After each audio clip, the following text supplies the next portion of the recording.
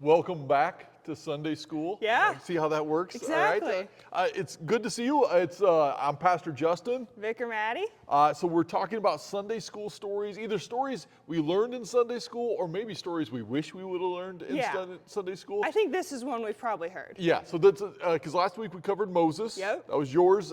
Good choice, by the way. Thank you. Today we're going to do what I think is probably the worst story we teach kids.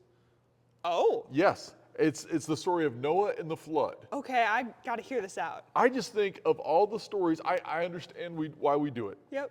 Right? There's thousands upon thousands of stories in the Bible. You have to choose something. This one has all the animals. It's cute. It seems adorable, right? In the front half, yeah. In the front half, yeah, exactly. You paint nurseries, you decorate them so they look like Noah's Ark. I mean, it's beautiful. But the premise of the story, how awful. Yeah, that's the tough part to kind of... Yeah, for those who do not know or do not remember the story of Noah's Ark, and because that's the other thing that happens with some of these stories, we learn them when we're in third grade, and then we never really revisit them again in the church. God becomes so frustrated with humanity that God says, I'm done. I mean, God actually, the word is repents. Yeah, he's like, these people cannot be fixed. Yes. I am over it. Yes, God undoes creation. God says, I'm done, I'm walking away. God decides to send a big flood and wipe everything out. Now, fortunately, God looks down upon the earth and sees one person, Noah, and says, okay, I'm going to save Noah. I'll save Noah's family. Gives him this command, this purpose to build an ark. Yeah. So he begins to construct it. Next thing we know, there's all the animals are brought onto the ark. It begins to rain, 40 days, 40 nights, there's this huge flood, everything is wiped out. Now, for people who read the Bible historically, this one's a tough one, right? Yeah. Now, fortunately, in the history, you should know, in the history of the church has never read this part of the story, part of Genesis historically, or literally. That's only developed in the last 100, 150 years. In the first 1900 years in the history of the church, people understood it's more like poetry than it is history. It's poetry with a purpose. We understand that God made the world. We don't know exactly how it happened. Yes. Here's kind of a story of basis. Yes. And God has a deep concern for all of creation, and not just humanity, but also for the animals. Yeah. But there's also, as a kid, I would always get stuck with questions like, what did the lions eat? Yeah. Right? You only brought 2 giraffes. That's not going to feed the lions for very long. And of course, if the giraffes are gone, we'd never see them again. Where are the dinosaurs? Yeah. I always wanted to know where Moses kept the bugs. Oh, Noah kept the bugs? Yeah. Wow, yeah. There's all these sorts of questions that you can get hung up by when in fact, if you think about, okay, this is a story to talk about God's relationship with humanity. But the part of the story I've been reflecting on is after the rain has stopped, and then poor Noah is stuck with his family. They're being tossed back and forth on the waves. There's no promise of land out there. I mean, there's this hope. I mean, Noah's stuck with, he's got the smell of the ark, one would think. He's got the parrots who are just annoying him. I mean, he's got all of these things to consider. He's been with his family for 40 days? Yeah, I mean, we all love our families, but 40 days and 40 nights, It's a while. That's a while. And yet Noah, he keeps hoping. He just, whether it's this deep desire to see something different, this internal, I want to survive, or most likely it's just this faith, hope, trust that God has something better in store. He sends out the dove, and eventually the dove comes back with just this little leaf. And it's a small thing, but it's a tangible piece of evidence that there's land out there. It's not land that Noah can see, but there's somewhere out there. Eventually they send out the raven. The raven doesn't return. It's a sign to Noah that the raven has found dry land. Eventually Noah he continues to hope, and of course eventually God leads them to that dry land. Yeah.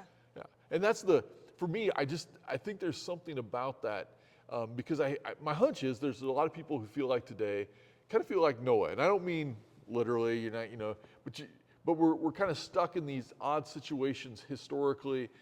It feels like the world is kind of bouncing back and forth, and it's so easy to just just surrender, to give up. But the idea you keep going out, you keep standing on the proverbial deck, you still keep looking out the world, hoping, trusting that somehow, some way, God is going to bring us into a new chapter. Yeah, that there is something else coming, that even though we can't see it, we don't know what it is, Yeah. we trust that God will provide a way through or an alternative or something that looks different than even what we've ever experienced before. 100%. So when we talk about this idea of hope, Yeah. like who is someone who inspires you, who makes you more hopeful? So I was rolling through the people in my head and I was thinking about friends, and then one person who actually stuck out to me is a friend's dad. Okay. I had this friend who growing up I judged livestock with, and we were very close. And when you judge livestock, you get in a car, you're close quarters with Yes, people for okay, a long time, okay. so you hear some stories. Right. And so Elaine was telling me about her dad. And now if you know Andy, you wouldn't think twice about Andy because you'd just be like, oh, that's a guy. Just a normal guy. That's okay? just a normal, Midwestern dad. Yes. Okay. But the stories that Elaine would tell me about Andy were that before he had kids, before he got married, he was part of the underground church in China. Oh, wow. And he learned the language, he immersed himself in the cultures, he went overseas and started building relationships. And I could never get a time frame on this. So I don't know, I won't pretend to know the history of it. But he was distributing Bibles and starting a church in China at that time. Which, it was illegal. Yeah. This was not a thing that the CCP was Right. A-okay with. Right. Pretty much everything would go through them, as I understand it. Yes. And so, as I was thinking about stories of hope, Yeah. my instinct was to go, well, Jesus gives me hope. Yeah. And I thought, okay, I need a more practical. We love Jesus. Yeah. Jesus gives us all of hope, but sometimes you want to see the work of God in Christ Jesus through someone. Exactly. Right. Which is where, as I thought about Elaine's dad and thought about his willingness to go into a scenario that was completely uncertain, Yeah. a completely different culture where he didn't know anybody, and to go and do that work and to get to know people and to go and do it scared, that gives me a tremendous amount of hope. Yeah. Because as somebody who is I want to have a plan. I want to have it all figured out before I go into something. It makes me very hopeful to know that there are people who are willing to just say, okay, God's got this. Yeah. I'm good to just go and figure it out. That's awesome. And I like the fact that you point out it didn't mean having hope and living out one's faith, that it doesn't happen apart from fear. It's not Exactly. like when you get over your fear, then you get to step out in hope. It is, they're simultaneous. Yeah, you can, there's a saying, be scared and do it anyways. Yes. And that's kind of a good chunk of life, honestly. Yeah. Well, this has been good. Yeah. Of course, now the point of this whole exercise is for you to have some conversations. So we invite you to turn to your neighbor. You can certainly tell stories about Noah's Ark and your first memories of the story, but more importantly, talk about the people who inspire you, the people who give you hope. Yeah, where do you find hope in your life? All right, have a good one. See you next week.